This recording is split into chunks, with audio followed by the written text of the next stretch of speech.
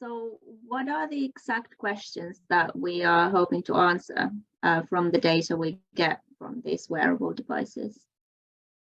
So what we're trying to capture, so all movements that people do are possible to summarize in terms of how frequently they're doing them, how hard those activities have been for them, and how long they perform those activities for.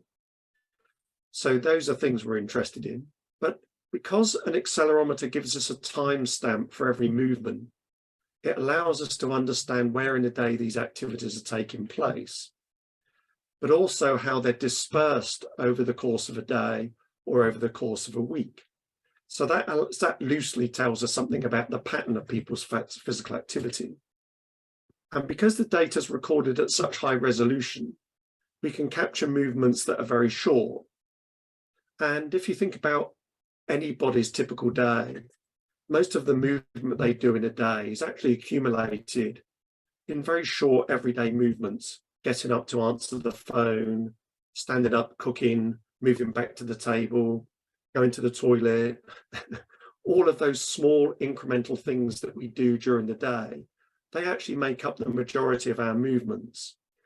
And a high resolution research grade accelerometer can tell us where all those movements are occurring over the course of a day. Now, historically, we've relied on asking people what they do and getting them to recall their activities in a form of a questionnaire normally, or sometimes as part of an interview.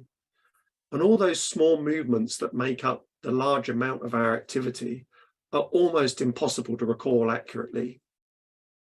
You know, if we were to ask someone, you know, over the last few days, how many times have you done small step-in movements that have lasted 2 or 3 seconds? It would be impossible to actually recall accurately. Not because people are being devious, it's just too difficult to do.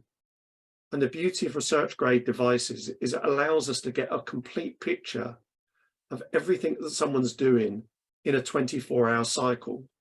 So not only can we capture the movements that people do, we can capture their sleep patterns as well.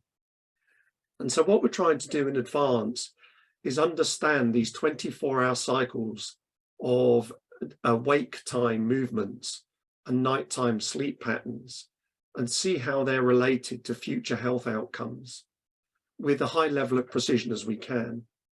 But as I said as well, what we're also interested in is the pattern of how you accumulate these movements. So for example, one person might do 300 minutes of activity all in one go. Another person might also get 300 minutes of activity in the same day, but they might accumulate theirs in 300 separate 1-minute movement patterns. Now, what's interesting is, and what we don't really know the answer to, is are they differentially related to a health outcome? Or does it not matter how you get your 300 minutes, for example? But the research grade data with timestamps for every movement allows us to say whether it's better, worse, or doesn't matter how you accumulate the same volume of physical activity.